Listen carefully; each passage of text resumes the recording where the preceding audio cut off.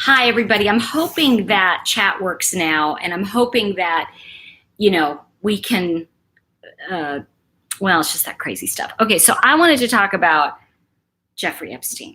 Let's talk about him. Jeffrey. Really, Jeffrey? Okay. I'm going to give you all a moment to get here. Because I wanted to talk about, hey guys, so I want to talk about Jeffrey Epstein for a minute, and I'm not going to look at chat just for a minute because I wanted to just say he reminds me of every guy older in the 80s who just wanted to have sex with as many girls as he could. And they didn't care how old you were. Like in those days, it was like, the tide was changing. And so when Jeffrey Epstein came up, the thing to remember about him, he never married. He always had shady dealings. But one of the things that he had that obviously he was good looking. He was a good looking guy. He was intelligent, nice Jewish boy. And for me, growing up in New York City, we ran around with guys like that. I mean, there were guys in our crowd. I mean, we would, we were all like, 18, 19, 20, and some of us were 17 or 16, and we were hanging out, and we're all like, yeah, let's go to, Studio 54. I mean, I was like 16, 17 at that time, but we all had like fake IDs. It was kind of like nobody really looked at, in the outside world, no one really looked at these guys as pervs, okay? But we did. Now, what's interesting is that I look at them now and I go, you loser, because I'm older and I went through that. Like I lived through these men like controlling me, controlling women. And how did they control? With their money? Let's face it. I mean, I was working, and I was not like a sleep around girl. I had friends who were. That wasn't my jam. But, I had friends that were like, every night, like snorting coke, getting high. That wasn't really my thing, I was like, in those days, I wasn't even drinking all that much. I mean, I was more like, I was trying to work. So the next day I would get up and work, and I wasn't really, I was never really hanging out. Studio 54 was quite a scene. Now, I was 17. I'm trying to think if it closed when I was 18. It was quite a scene. But here's the thing that was happening. People were in line for the bathroom to snort coke, okay? That was the mentality then. Everybody was getting high. Everybody was, having crazy sex. This was right before the HIV kind of scare started. And, and I want to say scare because nobody knew what it was then. And people were just dying. And, but we didn't look at that in the straight community. That was like oh, that's a gay thing. Well, we know it isn't now, but that was the mentality back then. And so I'm trying to give you that mentality. Yes, we are talking about Jeffrey Epstein. So what I wanted to say about him is that, and I'm not claiming I met him because I don't remember if I did, but I know a lot of Jeffrey Epsteins. I know that guy. Like I remember him because he always thought he was slicker McSlick. He thought he had it going on because he could pull out $100 bill and he would put it on the bar and go, okay, drinks for everybody.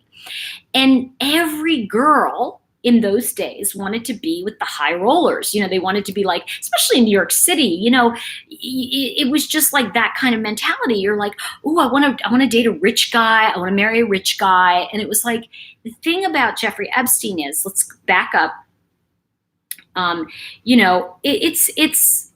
Didn't we all, like in the 80s, we all kind of went out with that guy a couple times, and it was like, I'll tell you what I didn't like, and I'm going to get into Jeffrey's background a little bit more, but one of the things I never liked is that, you'd be sitting there with a guy and, his girlfriend would get up to go to the bathroom, his girlfriend for the week, they'd been in love for a week. She'd get up to go to the bathroom, and I'd be sitting there and, he'd lean over and go, you want to F? And I'm like, no. Like, you think that because I'm sitting here, like I am like open season, F you, you know? And it was a lot for me. I was really angry then.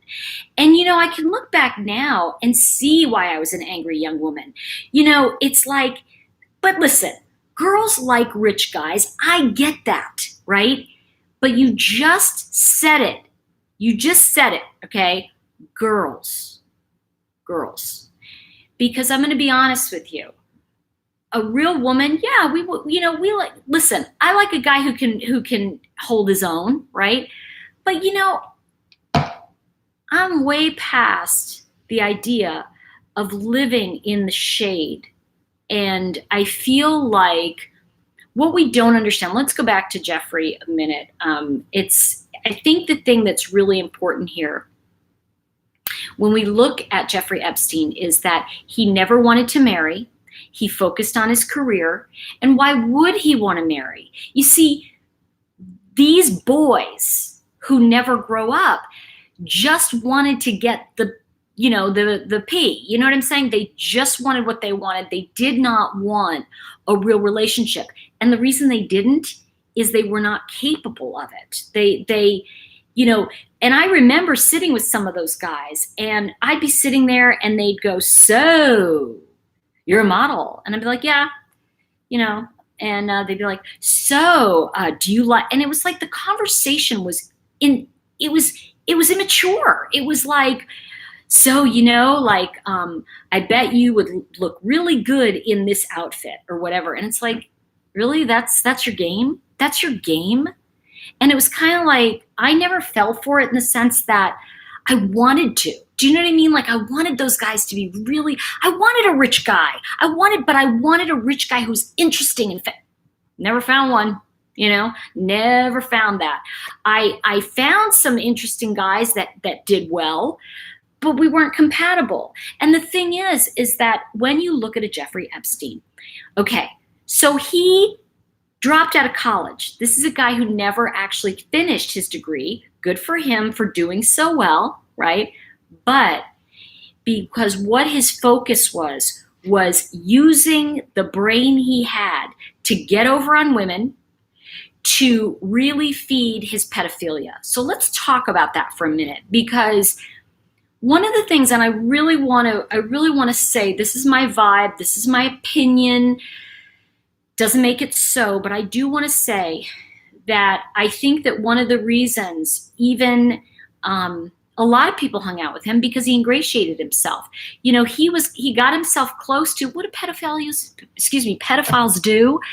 They start to work for the guy who owns Victoria's Secret. Of course. What else does he? Because the only thing that most of these guys think about is that, oh, she's so gorgeous and she'll be with me and then I'll look good. So it was using beautiful women to look good, which, that's been going on forever. I don't know what everybody's like, oh my God. It's like, no, it's been going on forever. However, he really was someone who was feeding his addiction. Let's look at it this way. Remember, we talked about alcoholism recently, right? And we talked about that with the Hart case. Now we're talking about he was feeding his addiction to pornography, to children. He was getting, and here's the thing, at 14, if you're gorgeous and you're poor, or not even poor, but you don't have enough money to buy nice clothes, and someone says, I'll give you $300, take off your clothes. And you're like, everyone has their price, right? And for me, and believe me, we've all done this in our lives. I'm not invalidating anybody else. We've all done things that have taken our dignity away at moments. I've gone back to an old boyfriend and I went, oh, why did I go back? Or I've done some things that you go, ugh. But the thing that these men, and I say these men because I'm going to use him as a prime example. I really don't want to blanket every rich guy, okay? But the thing that guys like Jeffrey Epstein do is they use their power to take your dignity because they have none, you see? And they feel if they can strip you of your dignity, then what they're doing isn't so bad. They can validate, what they're doing. Let me just see. Why is it up to the... but the rich are creepos. Why is it us poor bastards know how to behave, but the rich are creepos? You know, Rudy, that's not true for everybody. I just want to say that, and I want to just letting my jets run. You're so funny. Let's see. Yeah. It's never enough. And Cruz Boston just said it. You know, it's never enough. Let's see. I don't think he was murdered. I think he killed himself. Sounds like a coward. He could never accept it. Here's the funny thing about his murder. Okay, or his suicide murder, whatever you want to call it. Have you ever seen the 24-hour suicide cell? You have a window, okay, that's like practically this. It's like practically, I don't know how big it is exactly, but maybe 5 feet by 6 feet. I mean, I've seen pictures, right? And I know Duty Ron could probably speak to this better than me, but you have a major window that's clear, and who sits on the other side, and there's a video of you 24/7. There's video. And they're watching you. They're watching you on video. And in the suicide watch, they don't allow you shoelaces. They don't allow you things to commit suicide with.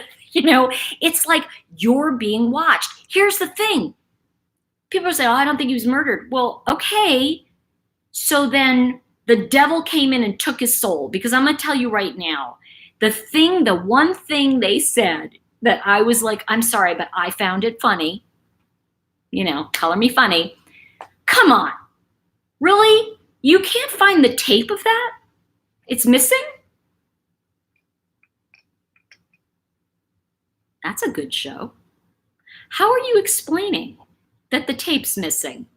Now, Jeffrey Epstein hung with powerful people. He is a worm who wormed his way in to powerful people. Now, you know, here's the thing. There are those who, and I'm just going to say it, there are those who love Clinton. There are those who love Trump. There are those who hate them. They're whatever, all right? I'm not going to get into that. But what I am going to say is, you know, these guys, these politician guys, they're a lot of things, okay? But you know what? Pedophilia is a whole nother thing. And once they see that you have that sickness, they're not playing with you. They're gone. So you may see pictures with Clinton and with Trump and the guy, I can't think of his name right now. He owned Victoria's Secrets. And he also owned The Limited in New York. You may see pictures with these people from 20 years ago, but you can't find anything recent because once they figure out you are a pedophile, But here's the thing. Everybody was doing something shady. You know, that was the 80s.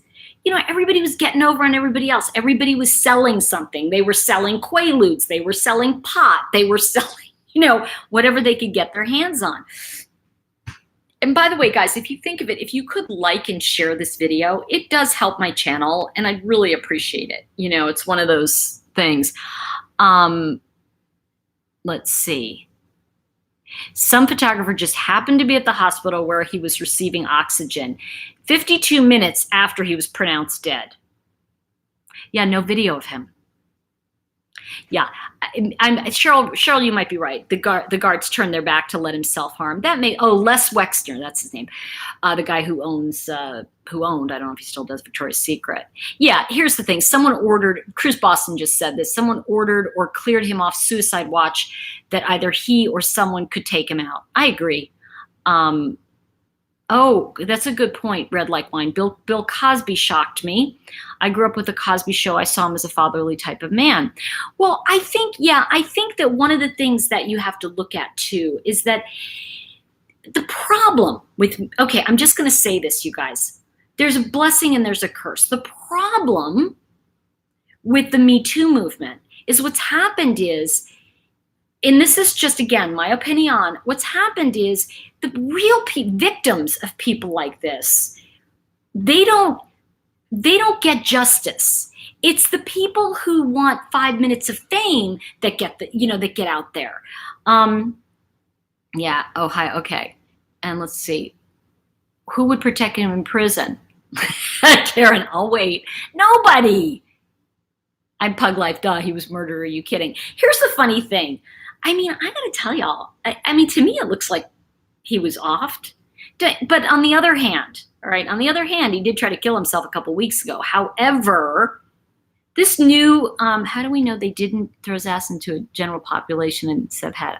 We don't, Kathleen, we don't. You know, and I think that's a good point. She just said, how do we know that they didn't throw him into general population?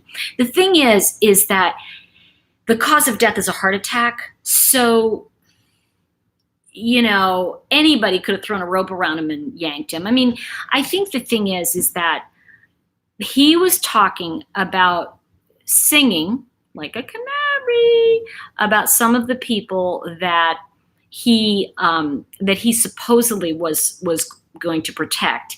Now, and Chris Bakos, you're funny. I hope in due time we know the truth. Can I tell you something?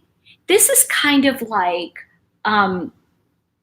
you know, and I think Biden said it, I go with the truth, not the facts. And I'm like, in a funny way, well, some people, I was like, in a funny way, that's kind of true. Like, some people think the truth is different than the facts. Some people think the facts don't matter. Like, you can have facts until the day's long, but, you know, somebody called me out on a video and said, well, you know, the truth is out because, you know, you were saying that, and here I go on the Watts case, that Chris killed the girls at home, and the truth is out. He said they were killed. And I go, okay, so let me get this straight. You're going to believe Chris Watts over anybody else?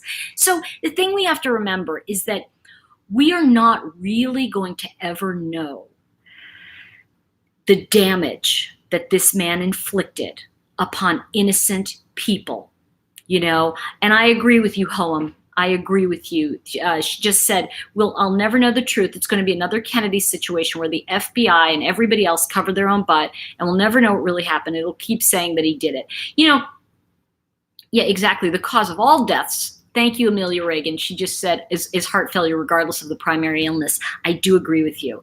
And I think you're bringing up a very, very good point, which is that, oh, what happened to Jason? Okay. But let's see. I heard you say you met him at Studio 54. I actually said I might have. I don't know because I don't remember those guys. You know, they were all the same. I hate to say it. They all had the same game, the same rap. They'd look at you like this. You want a blank? And you'd be like, ew. Like, ew. You know, when I'm sorry, but when I was 17, I looked at a guy at 35 and went, oh, you could be my dad. Like, you know, I was like, it freaked me out. I was not interested in that. Like, I was always like, yeah, that's the point. I'm gonna okay that. I agree with you, Red Like Wine. Here's the thing about Jeffrey is that, you know, let's back up a little bit. He was clever, but you know what was more clever? His addiction, his sickness. Let's just say what he was. He was a pedophile who made money to try to hide his crimes. And he tried to get in with the rich and famous and make money because he knew what we all know is that if you got a lot of money, you can buy yourself out of trouble. And he did. He did it probably more than once. We saw he did it in Florida. And, you know, I think to those girls, and I think, you know, I was thinking today, guys, about, you know, myself at 14, at 15, and in New York. You know, you wanted to grow up fast in the 80s. It was, you know, it was a time when, you know, things were fun and fabulous and exciting. And, you know, I think that when we look at it, it's more than, and April just said they brushed it under the rug. And I want to say, you know, I think that one of the things we're looking at here, let's see, hold on one second. Okay. Yeah, Charlotte in Sex and the City, she'd go, ew. Yeah, I mean, like, you know, I remember, all right, I remember those times and I remember those guys and they'd walk up to you and you'd look at them and you'd go. But then I think of like, I had a very good friend.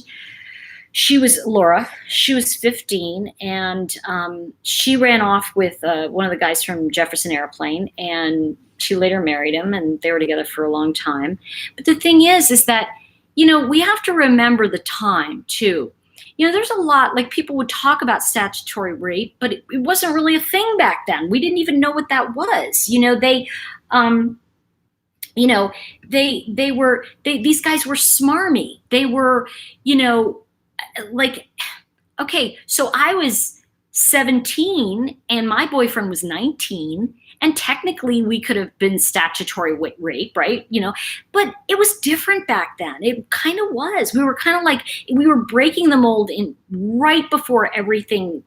I think it was right. It was the crux of what helped destroy the family, if I'm going to be honest. But let me just say this. I think about those girls who are 14, myself included in some ways, because I remember going to some of those townhouses. I didn't do anything, and those men certainly didn't force me. I was never raped. I never had sex with them. But I remember going to these, now it would be $5 million townhomes and these beautiful penthouses. And I remember, we were 15. They were giving us, alcohol and drugs. Now, I wasn't into alcohol. I was more into pot at the time. I was 15. I got high. But you see, the pot then isn't like the pot today. It wasn't like 75 choices. You had like, okay, you want a doobie? Yeah, I'll take some. And you took a hit and you're like, okay, that was nothing, just made me eat potato chips. But, I think what we're looking at now is that this guy never got help for his problems. He never got help for his addiction, and he was addicted. He was crazy, and there's so many of them that got away with marrying a nice Jewish girl, having 2 kids, and then going into the city and being like idiots on weekends, being, running around. And this is, I think that I agree with you, Millie M. She just said the world is a better place without Jeffrey Epstein in it.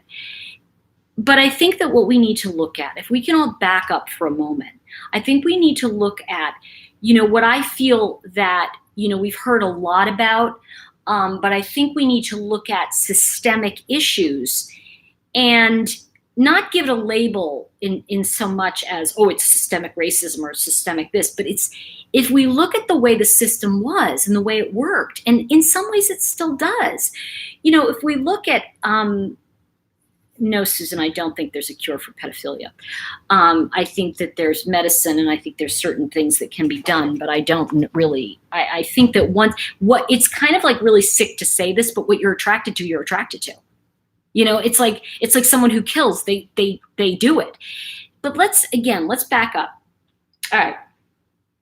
I'm not going to look really, really close at chat, because I want to just say this to all of you. And I think this is what I'm really feeling about the Jeffrey Epstein, is that he brings up for me the end of an era. Those guys who would go after 14-year-old girls, and because they, at 14 and 15, they were, those guys, the 14, 15, 16-year-olds looked at you like you were a god, because you had all that money and you were interested in them. You didn't want a real woman. You wanted them, and they were going to become a woman for you. I mean, there was a lot of this kind of like sexual gameplay. And at the end of the day, and forgive me for saying this, but, the guys who did play around a little, and they got over it, right? They kind of went, okay, they used to call it sowing your wild oats. This is not a wild oat.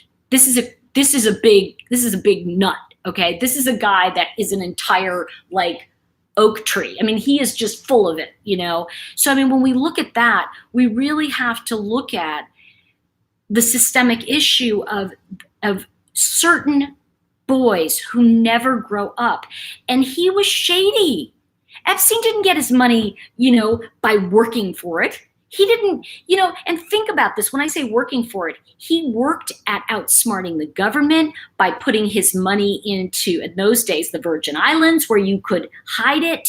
There was a lot of stuff that when guys like that came around and they knew the loopholes, you wanted to be around those guys, because those were the guys who could get you out of trouble if you got into trouble. So if you think about it that way, It is human trafficking. It is a form of it. I don't disagree with you, El Dejanay. I don't disagree with you.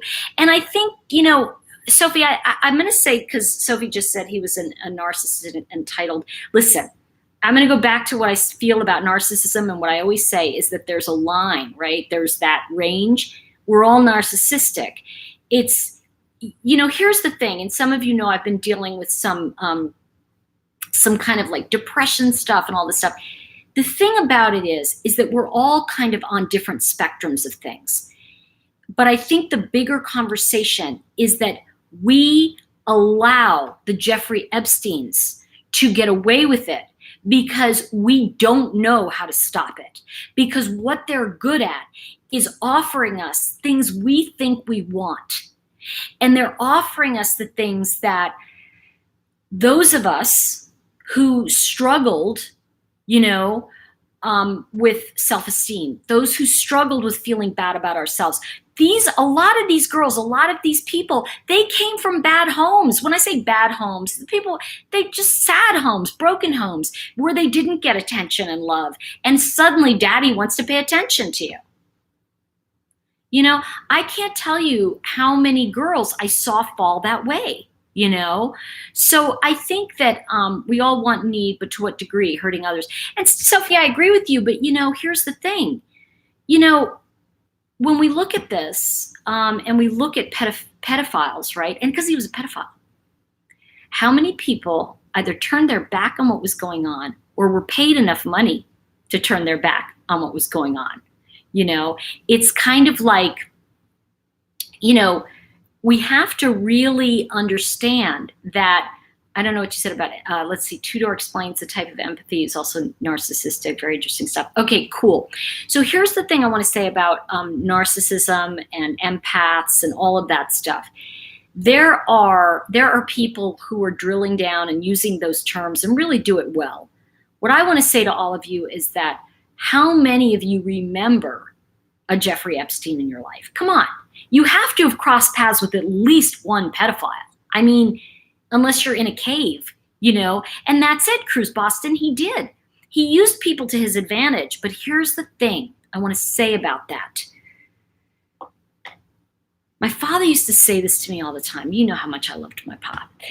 And he used to say this to me because it's the Eleanor Roosevelt quote. No one can make a fool of you without your permission. And you see, what we're looking at is children who, when we were little, don't talk to strangers, right? And we know you kind of have to talk to strangers to meet people in school. But, there was a different time when we understood that people who were offering us things, let me put it this way. It started in the 80s, that whole big hair, big nails, everything was bigger. And, Dallas was the show, everyththing was just, women who had rich men. And, we wanted to buy into that life. And the pedophiles are still selling it. They're still on the corner going, big life for sale, big life for sale. I mean, I'm telling you, I was taken advantage of by this guy, Bill Ridge. Bill Ridge was his name, and he lived in, I want to say it was Oregon. It was like Tyndale. I forget the name of the town, but anyway, he was a realtor, and he took advantage of me. He came to LA, and I was in this investing group, and he swindled $15,000 from me. Now that's not a fortune, but at the time it was. And he kept, he said, "Well, I'm gonna help you. And we're gonna make 10 times this money with this investment. This is what I'm gonna do." And I was like so excited about making that money. I didn't even think that this was a swindle. It didn't occur to me that I was being taken advantage of. I thought we were a partnership, a team. So these people that prey on you, they don't just walk up and go, "Hi, I'm a pedophile. Do you want to go on a date?" They learn their addiction. They learn how to get what they need from you, okay? So the thing is that when he took that money, right? And then I was like, the investment wasn't going that well. Not that it wasn't going that well, but I kind of went, I need that money back. And so I tried and tried and tried, and I never got the money back. He totally swindled me. And I heard years later that he went to jail and that the prison, and he had sold his company, and it was just a big, mess. And he had a daughter who was in it with him. And, I don't know that she was involved with that, so I can't say. And I never went after them because these guys know how to work you. They know they're in Portland. I would have to go to, Oregon at the time to file. And, the point I'm making is that these guys really, they know how to work you, and they know what they're doing. I just want to see, let's see. Oh, I'm so sorry. Very, very sad. Very sad. I'm sorry. Wild Child, I want to just acknowledge that. This is the thing, is that is like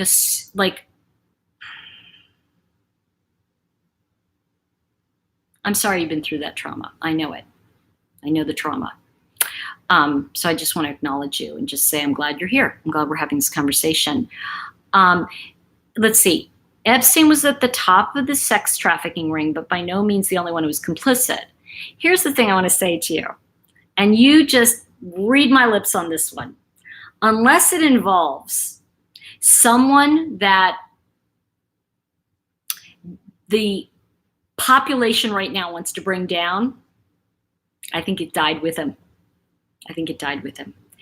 That's the thing. And Karen, you're right. You didn't know. She just said, I didn't know people like this existed until I met them. And, if we go back, just bear with me, because I don't mean to be but I think we need to look at, and when I re-look at some of those, the Chris Watts stuff, the lying right to your face. But you see, here's the thing. Jeffrey Epstein knew how to dangle the carrot. It was like a child who wasn't fed, who didn't have food. He knew how to say, well, what kind of food do you like? They'd be sitting with you at these tables, and I would watch them. Okay. When I was at Studio 54, we were at other clubs, Limelight or whatever. And I remember that I'd watch these guys. They'd be shouting over, what kind of food you like? And it was inevitable that, the girls would name the most expensive plate, food. I like, sushi, or I like steak. Oh, I got to take you to Old Homestead, which was $200 a plate, basically, And so these guys knew they had the money. They'd take you to dinner. And in those days, it was I took you to dinner. And then it became our upset, and it was true, where we'd be just because you took me to dinner doesn't mean you get to take me home, with you. The thing that I can say is that, listen, we've all been bamboozled, whether it's been by whoever it is. Sadly, I think that the ring, if you will, that Epstein had, was to fuel his own desires. Look at it this way. If you have a problem with alcohol, you're going to do whatever it takes to hide your bottles. After my mother died, I am not kidding you guys, I found bottles of liquor in the weirdest places. One day the toilet wasn't running right. I pulled up the back of the toilet. She had hid a bottle in the behind the, I want to say where the thingy is. What do you call it? The tank. She'd hid a bottle there. You have to realize that he'd been doing this for 40 years, maybe longer. And the thing to remember is that these guys know how to hide their stuff. He thought he could get away with it. Here's what happens too. Any dis-ease will run its course. You get to the point where it's running you. And you could start to see that on his face. And I'm going to be upfront with you. This was a good looking guy. I could see why women would be interested in him, but any woman who was somewhat interesting couldn't stay with that. The thing is that he could only have girls. He could only go after that because when you're 14, 15, 16, you are naive. And guys, how many of you watch, and stop me if I'm wrong, oh God, Web of Lies. It's on, oh gosh, it's on one of those crime channels because I'm all obsessed about that. Let's see.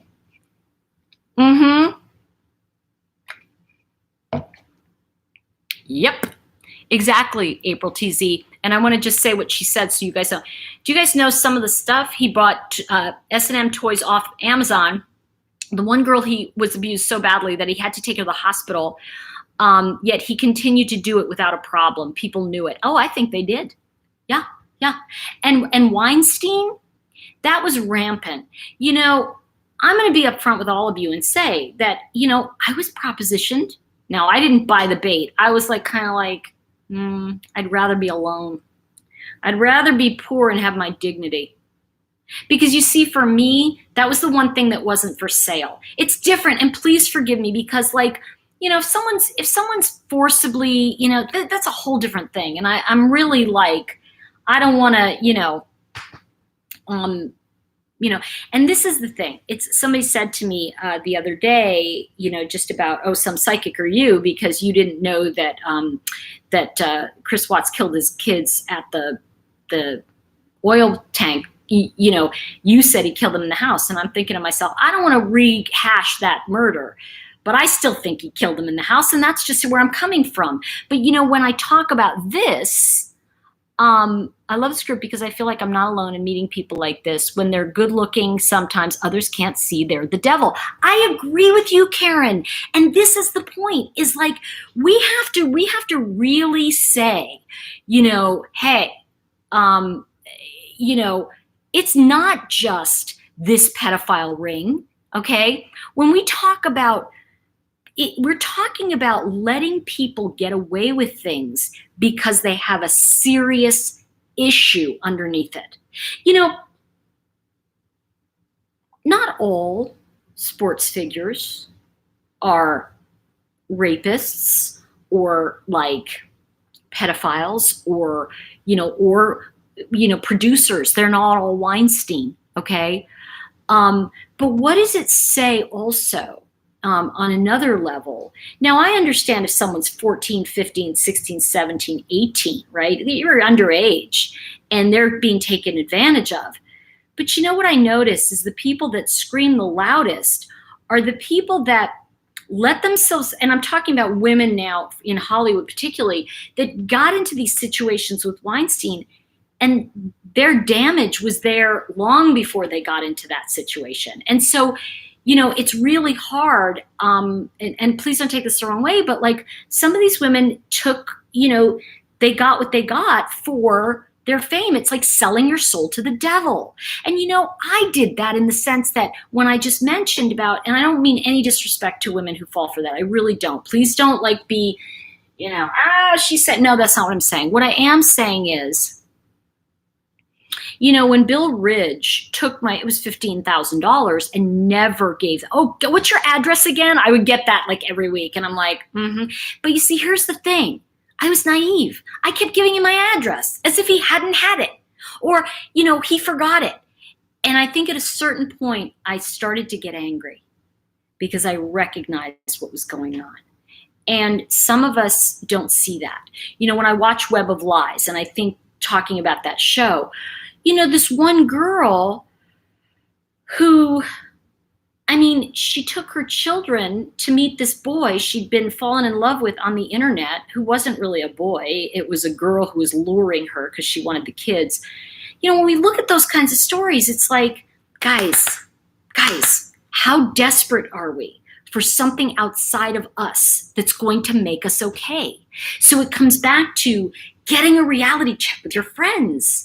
But you see, what happens is most of the time, when I was running around in New York City and you were looking at people at Studio 54, they weren't your friends. They wanted to get over on you. And the thing is now, and I think it's really true, in the 80s, I listened to a lot of stuff, a lot of self-help. And one of the things that I think Tony Robbins said it, but there were a lot of other self-help gurus who said it, You are the sum total of the 5 people you associate yourself with.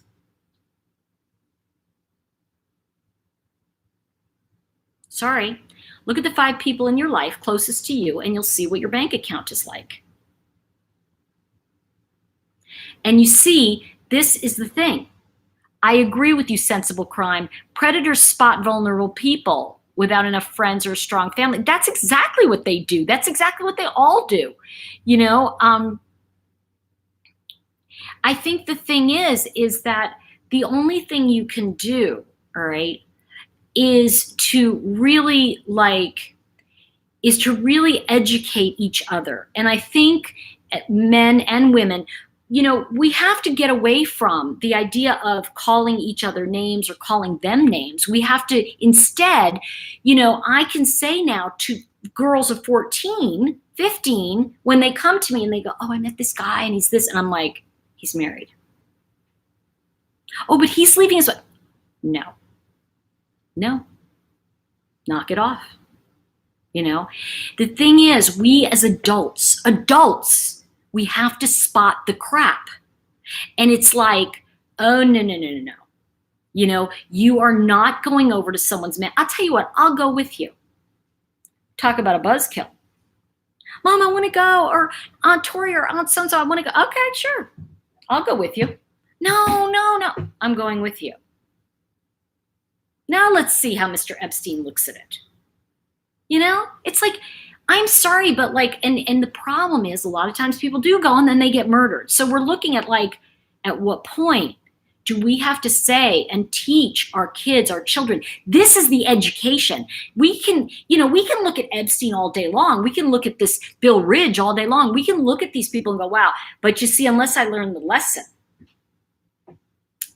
And I had an assistant who's a musician, right? Let's see. All I want to say to the family, what an embarrassing moment. Just live your life. Brush it off. I don't know what you mean, so I'm sorry. I don't know what you're referring to. Sorry.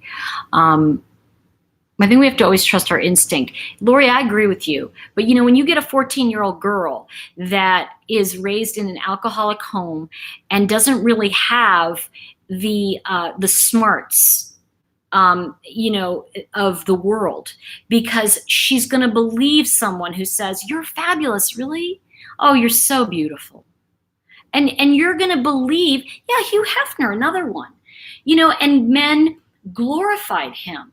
The thing is that, let's see, no matter, Sensible Crime says, and I taught my kids that no matter what they did to be in a vulnerable situation, they can still tell me what happened. I'm always on the side of someone who's been victimized.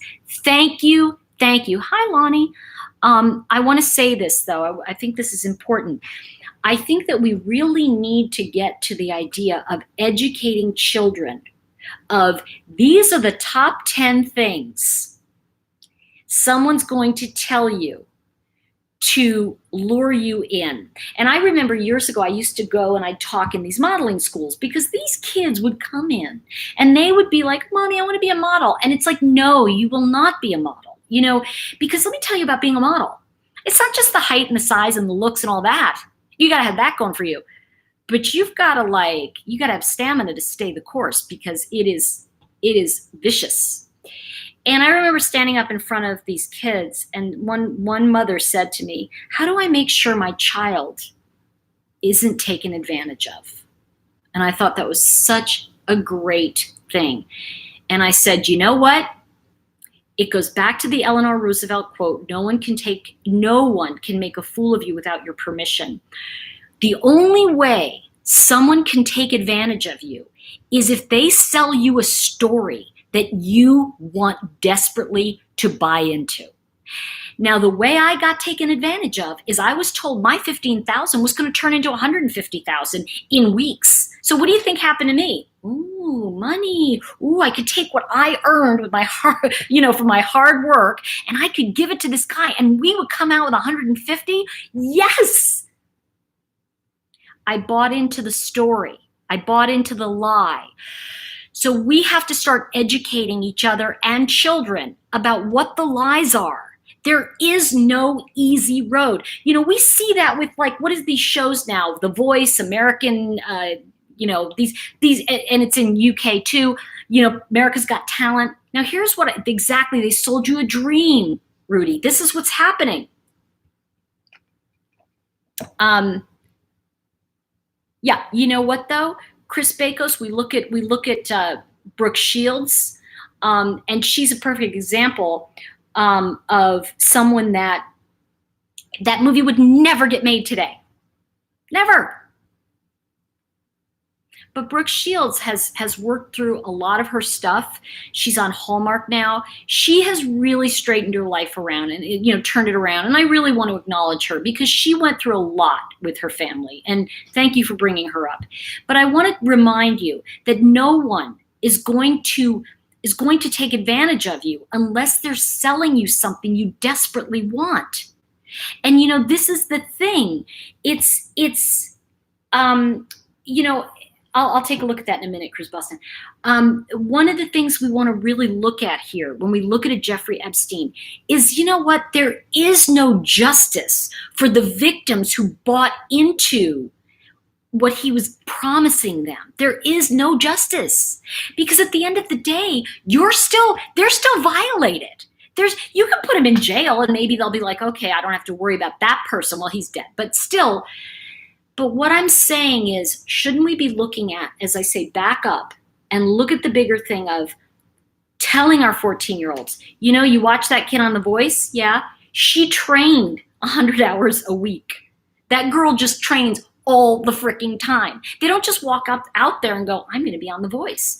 You know, it looks so easy to be discovered. You know, my father was an actor and he used to always say, you know, because in those days it was like an overnight success. And my father would go, yeah, an overnight success after 20 years.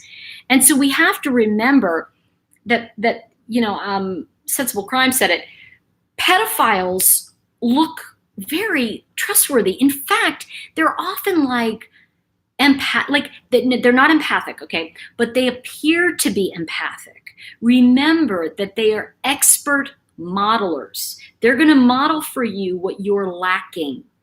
Think about this for a minute. When you look at somebody who is offering you something, you will buy in if you feel they are able to give you something that you are desperate to have. The issue is that we are desperate to have something. That's where you get in trouble. And that's what we need to be teaching our children. We need to be saying the only way you will get tricked is if you are desperate for something. So when you have an emotion that says to you, I've got to have this now, anyone, you are vulnerable. You're sending out, it's like putting honey all over my front porch and thinking that the bears won't come, all right? When we get desperate, we are a target.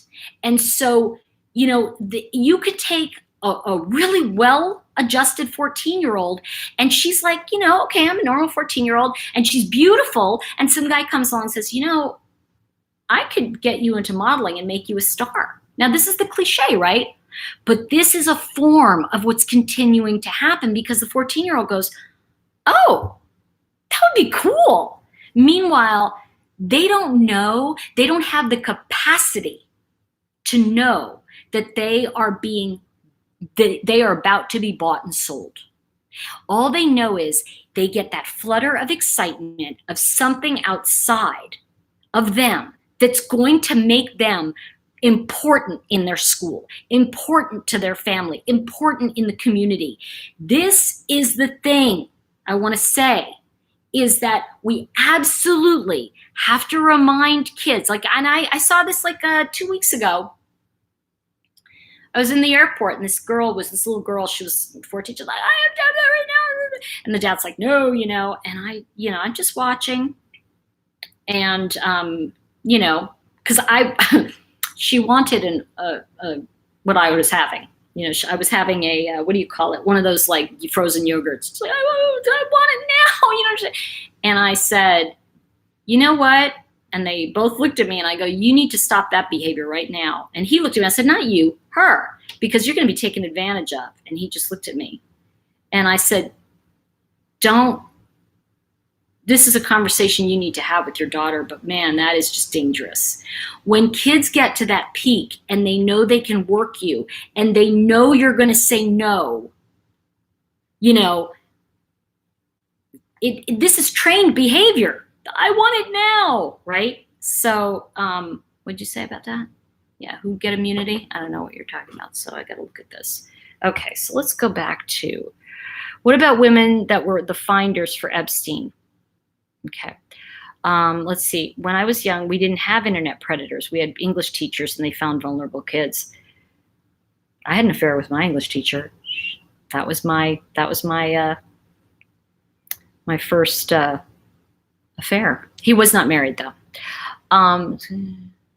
Okay. Yeah, if it's too good to be true, you're probably about to be screwed. Rudy just said that. I think that's so true. This generation is all about, Cruz Boston just said this. Brilliant. God, you guys are so smart. This generation is all about adults being friends with children, and this isn't helping. You know what? I'm going to say this to you. I am not friends with my friends' kids. I am an adult with my friends' kids. Now, I'm friends with my friends' dogs. But you see,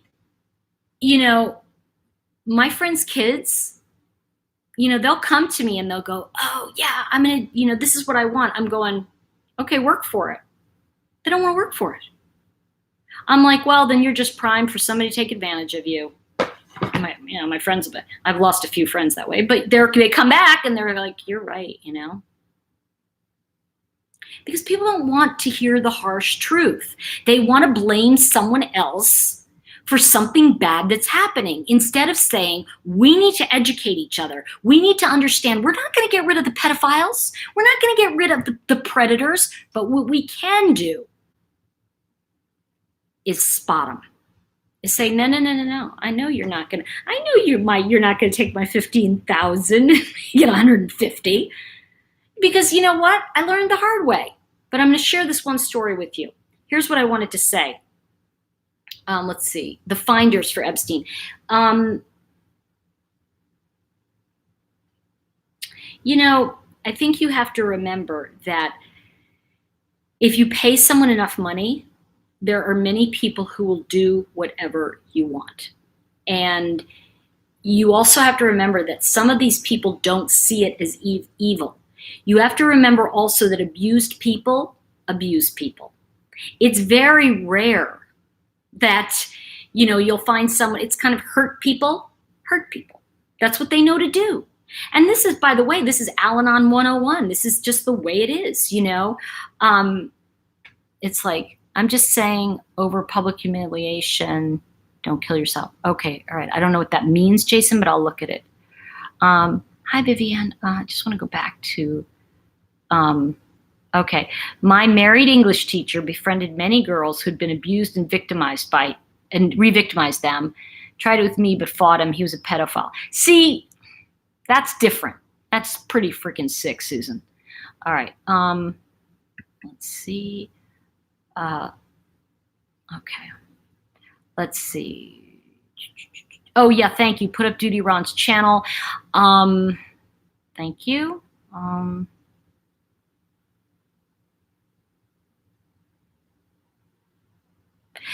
Yeah, I think that we have to also look at, okay, I want to tell you the story about, I had an assistant who was in LA, right? And she was young. She's 21 or 22 at the time. And you see, when I hire young people, I always feel like, at least I did at the time, I don't have, employees right now. When I hire young people or I bring them into my world, one of the things that I always do is I'm kind of like protective of them, And she was a musician and she was talented, she wrote songs. But what she started doing was she started hanging out with a crowd in Hollywood that knew, like, the friend of the friend of the friend of the brother of, and I'm just using this name, Beyonce kind of thing. I mean, it wasn't her, but I'm just going to make up a name. And so she was hanging out with a lot of these folks.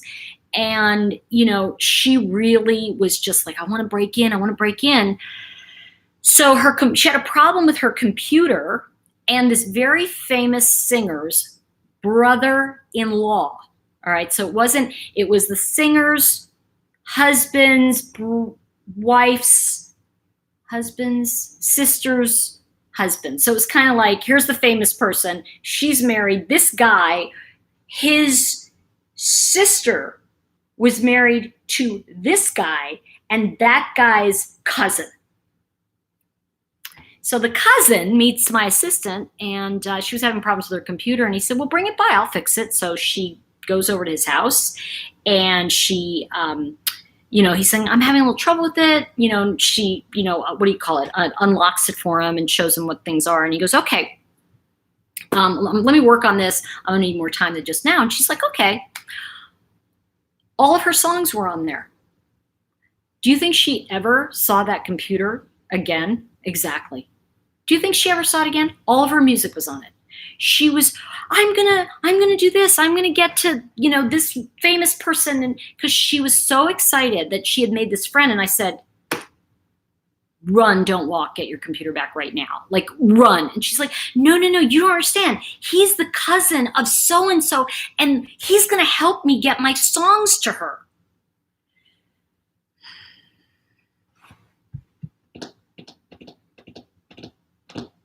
This is a situation, guys, you don't want to be right. Who wants to be right? And she came back, of course, and he had taken her laptop and it was gone, and who knows where he was. And, and she sat down with me and she said, I said, I know. Thing is, you are so thinking that someone else is going to make you famous that you were willing to take any shortcut. So rather than do the work you need to do to get your music out there, you wanted someone else to do it for you. And so you bought into this thief's idea because you thought you had a connection to someone famous. And she said, yeah.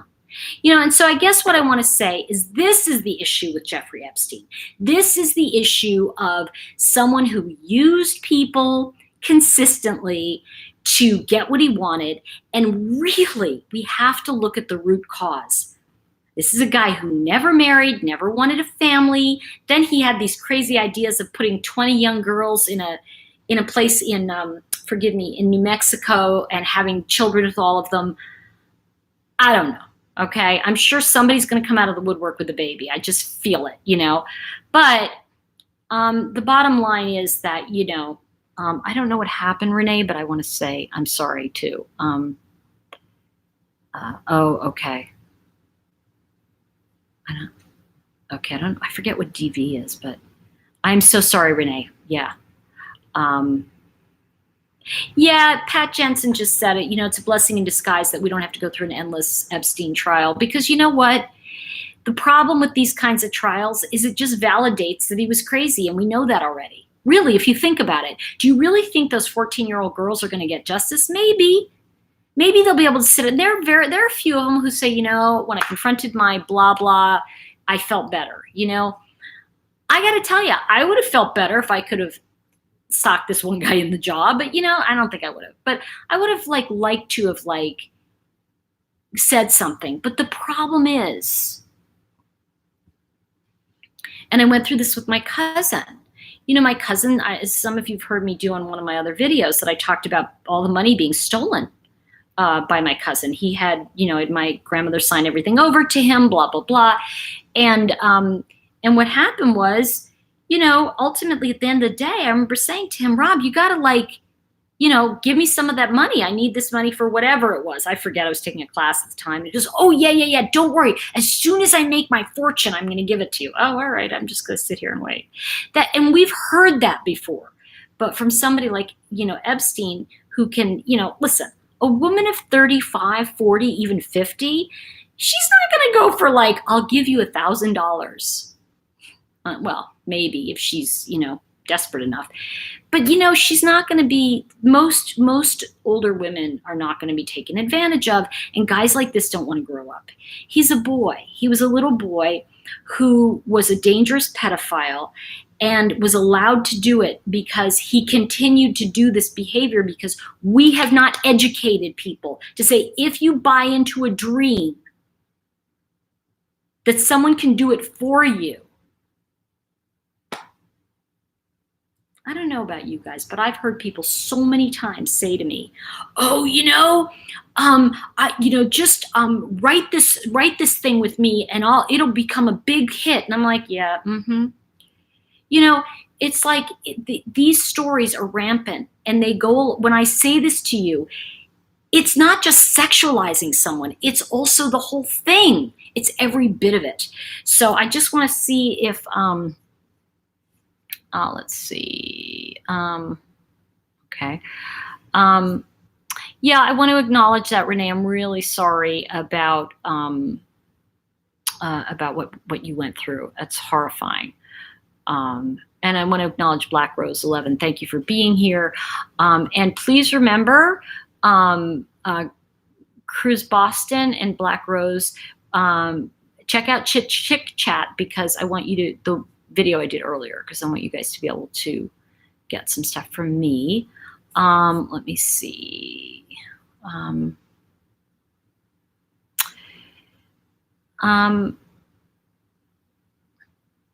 Yeah. Renee just said it. She said, sensible crime. I think I never talked about it because when I told my parents, they didn't believe me. So why bother ever talking about it? And I think that the thing is, too, not only do your parents not believe you, but what happens is you feel stupid. I don't talk about Bill Ridge ripping me off because I feel like an ass. It was dumb. It was a dumb thing to do. But you know what? That's only, I can admit it now. But when I was 35 and it happened, I was humiliated, right? And so, and I felt alone, and then I found out he did it to other people. That's the thing. You just feel the shame. It's like, I think the other thing is that it's the way in which parents respond to things. My mother would go, that didn't happen. But my mother would say that didn't happen because, you see, she did not want to admit that, because she thought it was about her. You see, when you're dealing with parents with substance abuse or any kind of thing going on, they can't admit they let something happen. I was abused. I remember this guy, and I don't care. I'm saying names now. I don't care. It's years ago. I can't prove it. But he had a used bookstore over on Bleecker Street in Manhattan. It's long gone now. And I was molested by him.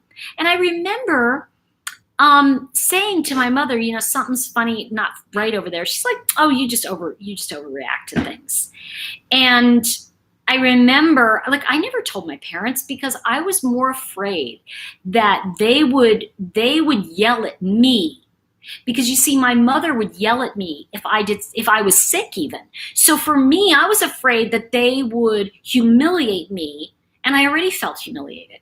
So you have to remember that we're not encouraging, as a society, we're not encouraging girls to, and boys too, I'm sorry, boys too, to say, hey, guys, if you really want a music career or whatever, please don't try to get it that way. Let's work on getting you the education you need.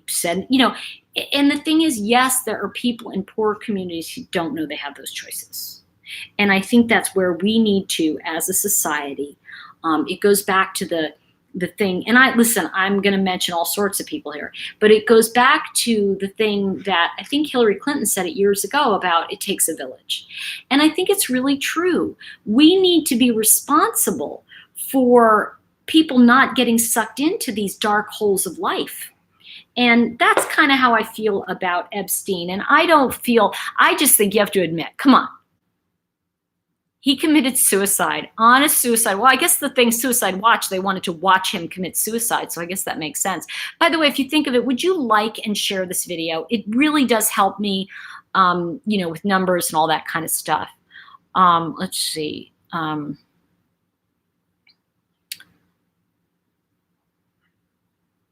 Let's see. Yeah, right. Sounds like you had a narc mom. Here's the thing. What came first, the alcoholism or the narcissism? What came first, her thyroid condition or her madness? At a certain point, okay, I don't really, and I'm glad you mentioned that. I don't really care if someone's narc because that doesn't mean anything to me. But I do know this. When you're dealing with a disease or a compulsion that people want to hide from others, they're going to blame you for it. Because when they don't want the attention drawn to them, because all of a sudden, if she found out, if really people in the neighborhood found out that her daughter was molested, they'd go, that's because you're drunk all the time, D. You don't pay attention. See what I mean? Or, if you weren't, because the adults would call her out. You see, she can hide, just like Epstein can hide, right? Because people don't want to the girls aren't going to go, oh, this happened, because people are going to go, what's wrong with you that you let that happen? See, because the mother who's out smoking or doping or whatever isn't going to want to say, you know what, I wasn't paying attention to my kids. I was smoking crack. I was in a halfway house, and I was trying to slit my wrists, and, and why did you let that happen to you? I mean, this is the thing, is that when we look at people that are, sick, they're not going to be able to tell kids the right way. This is why aren't we teaching this in school? Why aren't we educating kids and saying, hey, this is what a predator looks like, okay? And not giving it the titles, but letting kids see it. If someone says to you, I'm going to give you money, I'm going to give you $10,000 to launch your career, you just have to come over to my house and sit in my house with only your underwear on. That'll sound good to a 15-year-old with nothing. But if we say this, if we keep talking about what the psychological tests are on kids, that's when we can change it. Just remember, everybody, say what you mean what you say, but don't say it mean. And I think you have to look at it this way. Jeffrey Epstein is the product of what we have allowed parents to do to their children through their own addictions. 9 times out of 10, and you tell me if I'm wrong, a parent who has an addiction or a problem is going to blame the child for the wrong deed. They do not, because they do not have the capacity to understand they are the parent. And I remember when I think I told you a story about my dad. I've told you a few of them, but I remember, my dad would be like, oh, and this happened to me. I go, you know what? Stop with the crocodile. I'm like, what? Look at me. I go, you're the parent. Stop acting like you're the freaking child. I won't stand for it. And that was when I was old enough to say that, And he looked at me and said, well, it's all that therapy I sent you to. I said, thank God you did, because now I know what you're trying to do to me, and I'm not going to let you do it. He was like, ah. But I go, you need to go to therapy now. And he did, and it helped him. But I think the thing that we have to look at is that, parents whose kids don't feel safe saying something to you is because they don't understand that some parents, not all, some parents are so worried for you. They're going to be like, oh my God, how did that happen? And the kids immediately think, I did something wrong. And, they don't want your reaction. They want your understanding. They want to know that you are going to help them sort out what happened, and then you are going to help them with them take appropriate action. Instead, we've got all these people being hysterical and the kids are terrified. So that's why, for me, when I ended up in a penthouse with a Jeffrey Epstein-like guy, and I saw my friends getting sucked into it, I was like, I'm out of here. Like, this isn't for me. And I left. But you see, a lot of kids don't have that. Like, I was like knowing that, I'm going to have to work super hard to get what I want, but I'm not going to play this game. Let me see what that says. I don't know what the message was. Hold on a second, you guys. You don't become them, you take a different road. Yeah, see, that's the key. Let's see. I think that, thank you, Cruise Boston. You're like on it today. Let's see. Okay, perfect. Bella. Bella just said, I went to high school with Carla Homalaka. I forget her name, but I know who she was. You never know who the predator is. She brought Bernardo to our dances. See, this is the thing. But you know what? You can spot them. Call 911. Who's that? Oh, okay, yeah. We've got to block that guy. Mecky, whatever. Crazy. Okay. Thank you, Cruise Boston. You know, that's the thing. It's like, how nice is it when we feel protected, when we do feel like people have our back? I know, thank you. Good job, monitors. Thank you, Cruise Boston. You know, I think that's the thing, is that it's a nice feeling when people have our back, when we're in a place where, you know, these predators, you know, I think this person may have responded to me and like I walked out. What was I going to do at 14, at 15? You know, it's the thing that I want to say is that, you know, at 14 years old, I don't know. I didn't know enough to call the police. I mean, I was more like, I don't know what to do. I remember my mother fell into her, she was wet brain from her alcoholism, and she fell to the ground, and basically she just about died there till 4 days later when a friend of hers came, because she was like, call Betty. I mean, I would go and say, can I get you something? Can I help you? And my mother, get out of here, you know, when her drunk, you know, and she was dying. And, you know, I was like, what do I do? What do I do? I mean, she fell onto the floor. I couldn't lift her. She wouldn't let my dad come over because I was like, I don't know. And Papa's like, okay, I'll stay away. Because I was like, Papa, just stay away. She's crazy. And she was being crazy, screaming, yelling, carrying on. And she was dying. And finally she said, call Betty. And Betty was her friend. I'm sure Betty's long gone by now, but Betty came over. Betty took one look at my mother in her own excrement on the floor. She couldn't walk. She couldn't get up. She couldn't do anything. And here I was 15. I didn't know what to do. She was telling me to do nothing. And, you know, I was terrified. But I was also so abused. I was so scared in my head. I didn't know what to do. And Betty took one look at my mother and looked at me and said, how could you let this happen to your mother? And I'll never forget that, because it was like, how could I? Like, but you know what? I'm not supposed to know at 15. I'm not supposed to have an adult brain. You know, at what point? And I remember like hating her. Like I hated that woman. And she called the paramedics and they got her out of there and blah, blah, blah, blah, blah.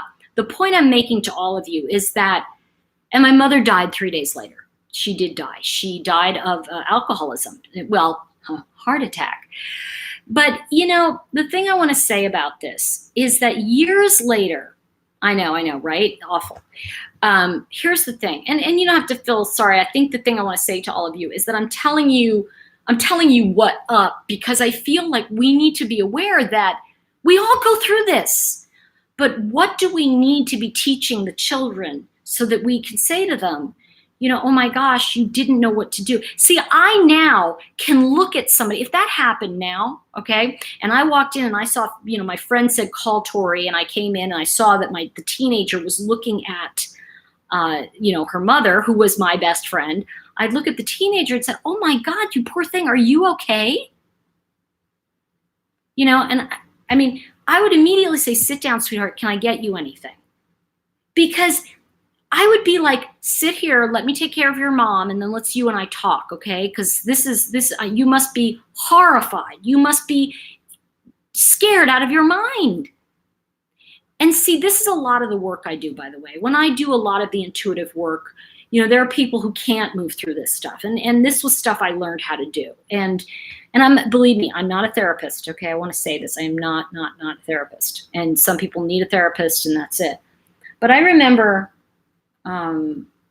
Betty, she got my mother out, And I remember my dad saying to me after my mom died, God bless my father, he said, babe, it wasn't your fault. You didn't know what to do. She was very volatile, and she was.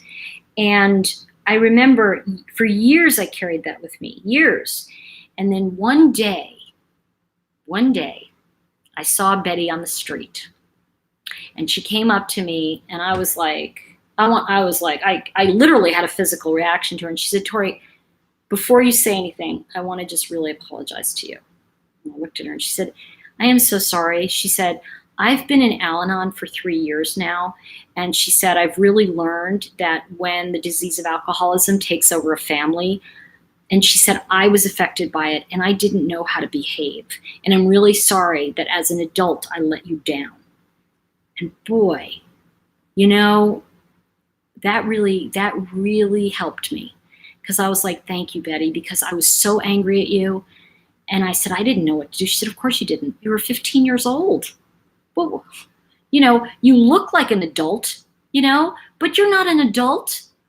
And the thing I want to say to you is if a 15-year-old child says to you, you know, I've been molested or something's happened or what have you, just say, you want to sit them down. The first thing you must say is, are you okay? Tell me what happened.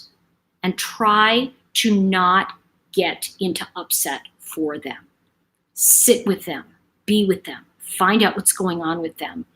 But more importantly, let's ask this universal question of this. What do we do to change the victims of these predators? What do we do? What would happen if the victims see the predators coming? What would happen? Just a thought. Not even rejection. Let's take it one step further. Let's play with this for just a minute, and then I'm gonna go because I got to shoot some videos for my website because I'm getting messages from people. Anyway, what if these 14-year-olds knew what was going on? What if they could go to the police? What if these guys could be the operation? The sting operation? What if they felt safe enough to say, this guy's doing this and I see it, I don't know what to do?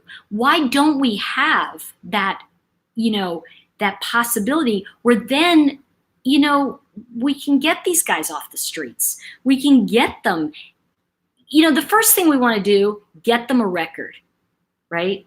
You know, one of the things that my dad taught me is he said, always have a paper trail. Get a paper trail. I always have a paper trail. Get a paper trail. Immediately, what can you do? How can you turn the tables? How can you get your local police department to do a sting, right? What can you do? So let's look. Came from a family that doesn't know about stuff. Addiction has broken this wide open. Talk about it. I think so, right? Isn't that what we're talking about, Karen Wise? Brilliant, brilliant. You know, it's, and I think Chris said this, I'm scared for any men to be around my baby, my first girl, because of that. I trust my husband. I know he's not a pervert, but it makes my stomach scared. I know better, but I trust no one. What I want to say to you is, yes, be on the lookout, but empower your child as they get older and let them know that you trust them. And that you know, and warn them, not that you trust their judgment, but warn them and say, you know, these guys work by trying to give you something you really want. And then they snatch it away, or they threaten to snatch it away if you rat on them. So just know, you know, I think we need to talk more about patterns, more about this stuff, and find out what's going on with the victims as well. So I'm going to say what you mean what you say, but don't say it mean. And remember, be kind to each other. And you know what? Jeffrey Epstein should not be the topic of this conversation. What really it should be is, what are we going to do to change it? It's like when someone says to me, you have privilege. Okay, but tell me what the solution is, because we've got to work on the solutions. We all know the problem. We've lived it, right?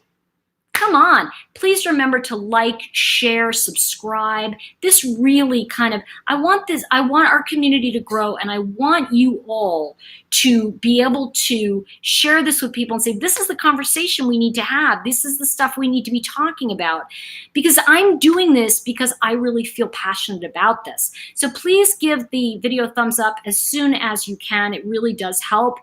And make sure you share it. Tell your friends, hey, you got to watch this. And remember, be kind to each other, as I will do my best to be respectful and kind to all of you. Much love, everyone. Have a very blessed week. I'll see you probably sometime in the next couple days. Hi, baby.